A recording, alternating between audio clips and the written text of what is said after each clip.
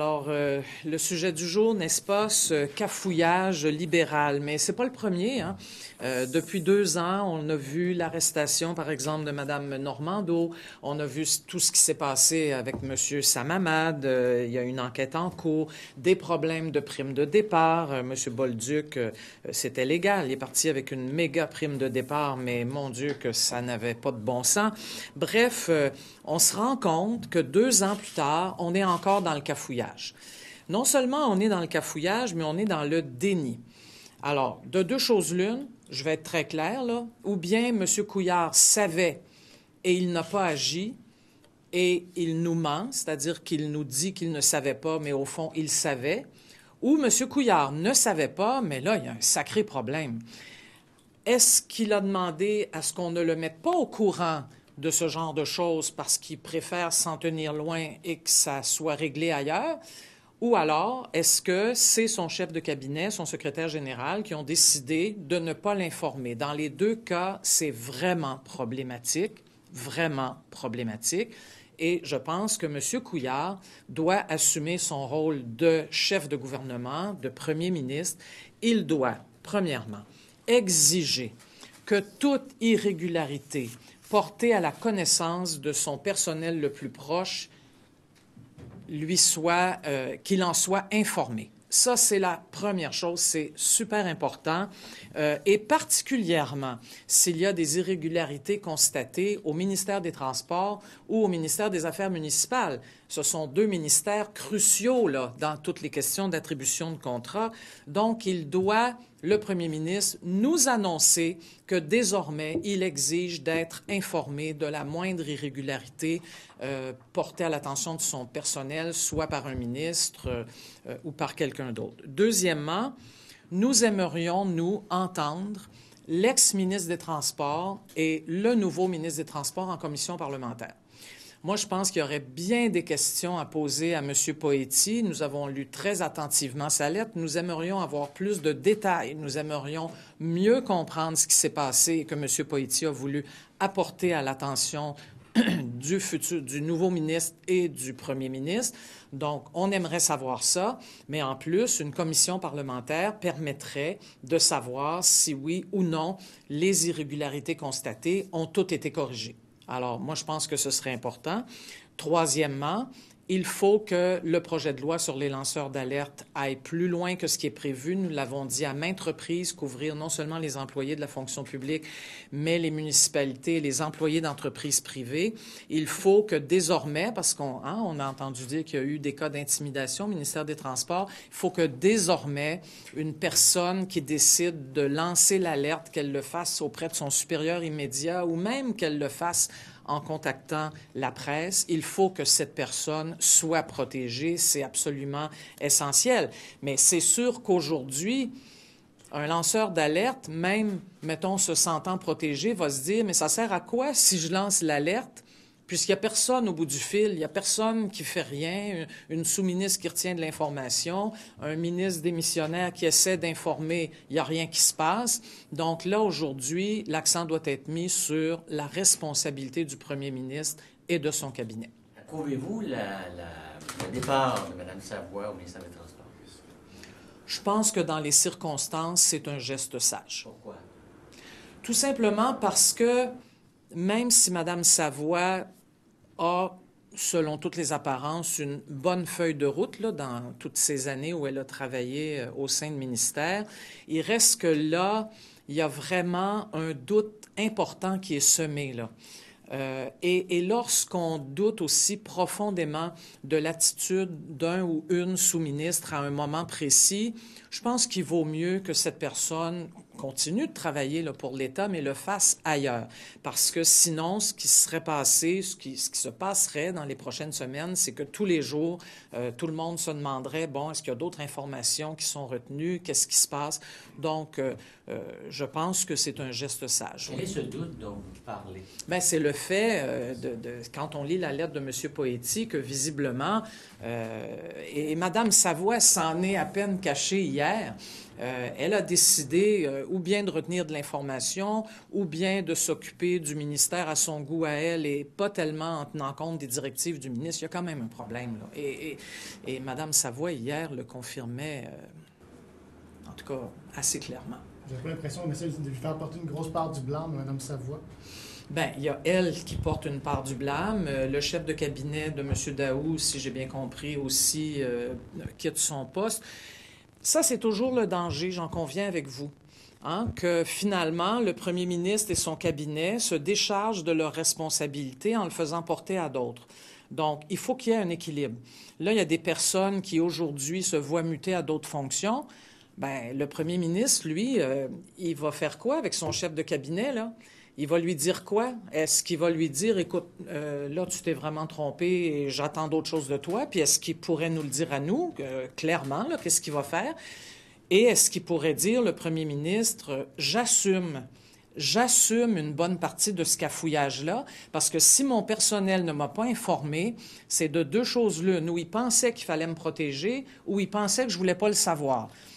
M. Couillard doit assumer, absolument, là, et il doit faire des déclarations publiques claires. La CAQ demande que le chef de cabinet de M. Couillard et le ministre du Transport soient démis de leurs fonctions. Est-ce que vous demandez la même chose? Nous n'allons pas aussi loin, mais ce que nous demandons clairement, c'est une commission parlementaire où on l'entendra, le ministre des Transports, mais il serait intéressant d'entendre aussi l'ex-ministre des Transports. Ça, c'est une chose. Quant au cabinet du premier ministre, moi, je pense qu'il y a eu faute, ça, c'est clair. Ce à quoi je m'attends, c'est que M. Couillard l'assume, lui, et que lui vienne vous dire, dans le fond, comment il va l'assumer, quel geste il va poser pour que ça ne se répète jamais. Mais en même temps, là, vous dites que ça discrédite, au fond, la gestion du bureau du premier ministre. C'est ce que vous dites? Bien, moi, je pense qu'il y a un réel problème. Mais ce que je ne puis pas départager, n'étant pas dans le secret du bureau du premier ministre, c'est qui doit porter la principale responsabilité. Moi, j'ai tendance à dire le premier ministre lui-même. C'est le premier ministre là, qui doit assumer le fait qu'il n'a pas été au courant, dit-il, pendant un certain nombre de semaines, de choses quand même graves. Pas donner cette information-là au premier ministre, est-ce que c'est un manque de jugement de la part de son directeur de cabinet? Alors, si c'est exact, oui, c'est un manque de jugement. Et je peux imaginer que le premier ministre et son chef de cabinet vont certainement avoir une conversation importante. Mais vous êtes à l'aise avec le fait de maintenir dans l'entourage du premier ministre des gens dont vous trouvez qu'ils manquent de jugement? Vous savez, il y a des gens qui peuvent manquer de jugement dans tous les cabinets de ministres, dans tous les partis, dans tous les gouvernements. Ça peut arriver, un manque de jugement. On ne va pas, chaque fois qu'il y a un manque de jugement, vouloir, je ne sais pas moi, condamner à mort cette personne. C'est une image. C'est pas grave. Je ne dis pas que ce n'est pas grave. Je pense qu'il y a eu réel manque de jugement. Le premier ministre, ce matin, en Chambre, vous l'aurez peut-être remarqué, a voulu répondre d'ailleurs un peu à cette question en disant désormais, je vais m'assurer que l'information circule, ce qui est une manière très diplomatique en langage de premier ministre de dire j'ai parlé avec mon chef de cabinet, ça ne se reproduira plus jamais. Moi, j'aimerais que le premier ministre soit plus clair. Je pense qu'il doit venir devant vous, donc devant la population quelque part, là, pour dire mon chef de cabinet a manqué de jugement, ou alors pour dire j'ai, moi, fauté en n'exigeant pas que dans tous les cas d'irrégularité, mon chef de cabinet me parle. C'est lui là, qui doit assumer. Et après, ben, ils régleront leurs affaires entre eux. Madame David, est-ce qu'on n'a pas devant une situation où on peut se demander qui gouverne? Est-ce que c'est la machine administrative ou le gouvernement? Le premier ministre a dit au Salon Bleu, oui, l'information a circulé 3 semaines avant que je le sache. Et là, on avait commencé à créer le bureau d'inspecteur général des transports à l'insu du premier ministre. C'est une décision importante. Oui. Alors, c'est la machine qui a décidé ça? Qui a décidé ça? Qui gouverne au Québec, finalement? Bien, vous avez assez d'expérience pour savoir que la machine administrative dans un gouvernement, elle est extrêmement importante et elle est puissante. Ceci dit, je pense... Est-ce que c'est pas le message que ça envoie? Pardonnez-moi si je vous interromps, Mme David, que, dans le fond, le premier ministre est tenu dans l'ignorance de choses troublantes, décrites comme troublantes par un ancien ministre. Alors, ce que je voulais ajouter à la première partie de mon intervention, c'est oui, tous les gouvernements le diront, les machines administratives sont importantes. Mais moi, je pense aussi que les ministres et les premiers ministres, ils ont du pouvoir et ils assument le pouvoir qu'ils veulent bien assumer. Qui nous dit que dans ce cas-ci, comme peut-être dans d'autres, au fond, le premier ministre a préféré dire à son personnel, vous savez, il y a des choses que je n'ai pas besoin de savoir. On ne le sait pas, là. C'est ça qu'on veut savoir. Quelles ont été les consignes du premier ministre à l'égard d'un personnel en qui il a confiance et qui est très près de lui et qui, oui, a du pouvoir, soyons clairs. La même chose, M. Poetti, par exemple, dans sa lettre, montre que lui, là, il avait décidé d'être un ministre, un vrai ministre, là, avec du pouvoir. Il disait à sa sous-ministre, moi, je veux des choses, là.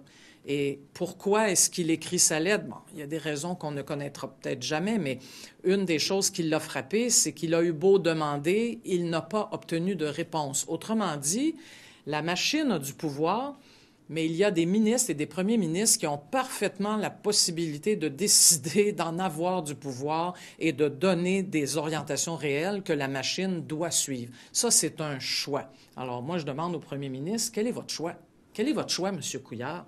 Vous voulez continuer de préférer ne pas savoir ou vous exigez de savoir? Puis ça va être clair, vous allez le dire à votre personnel, mais vous allez nous le dire aussi à la population. Madame David, mis à part ce qui se passe ou ce qui ne se passe pas au bureau du premier ministre, pour les Québécois, il est probablement important de savoir ce qui se passe au ministère, ce qui se passe avec leurs sous. Sur quoi s'appuie-t-on pour dire qu'il y a crise au ministère, qu'il y a d'énormes problèmes graves au ministère des Transports? Bien, je pense qu'on s'appuie sur la lettre que M. Poetti a écrite, qui, je pense, de mémoire, là, ne parle pas de crise grave et de dysfonctionnement épouvantable, mais parle d'irrégularité. Donc, de problèmes qui doivent être résolus. Alors oui, les Québécois ont le droit de savoir ce qui se passe, mais ils ont surtout le droit d'avoir des solutions. Parce que le ministère des Transports donne chaque année pour des milliards de dollars de contrats. Ça, c'est l'argent des Québécois, là. Alors oui, il faut savoir ce qui se passe. Est-ce que M. Poetti est entièrement crédible à vos yeux? Moi, j'ai aucune raison de penser que M. Poetti ne dit pas la vérité. Parce que s'il ne disait pas la vérité, ça lui retomberait extrêmement vite sur la tête. Et je vous ferai remarquer que depuis 24 heures là, qu'on est dans ce dossier-là, personne d'aucun parti ou même de la machine n'a remis en question des éléments de la lettre de M. Poetti. Madame Savoie a nié en bloc. Madame Savoie a nié en bloc, c'est vrai. Oui, vous avez raison. Mais c'est là où Mme Savoie, à mon avis, a un petit déficit de crédibilité, là. S'il y avait si peu de problèmes que ça, pourquoi a-t-elle retenu de l'information si longtemps? Si on pouvait régler un certain nombre de problèmes qui, dit-elle, étaient seulement de nature administrative, qu'est-ce qui l'empêchait d'en informer le ministre, d'en discuter avec lui, puis de trouver des solutions? C'est un peu étrange. Elle a dit hier que l'administratif, ça relève de la sous-ministre. Mais ce qu'elle appelle l'administratif, je comprends qu'il y a de l'administratif dans un ministère, puis c'est évident, là, dans n'importe quel gouvernement, le ministre n'a pas à se préoccuper de la gestion quotidienne de chacune des sections de son ministère. On va tous être d'accord avec ça. Mais de juger que, par exemple, le fractionnement de contrats ou l'attribution de contrats à des ex-employés du ministère, ça, c'est juste une question administrative. On n'a pas besoin d'en discuter avec le ministre. Je m'excuse, mais là, on est devant des décisions politiques, là, pas seulement devant de la petite administration quotidienne. Pas du tout. Merci.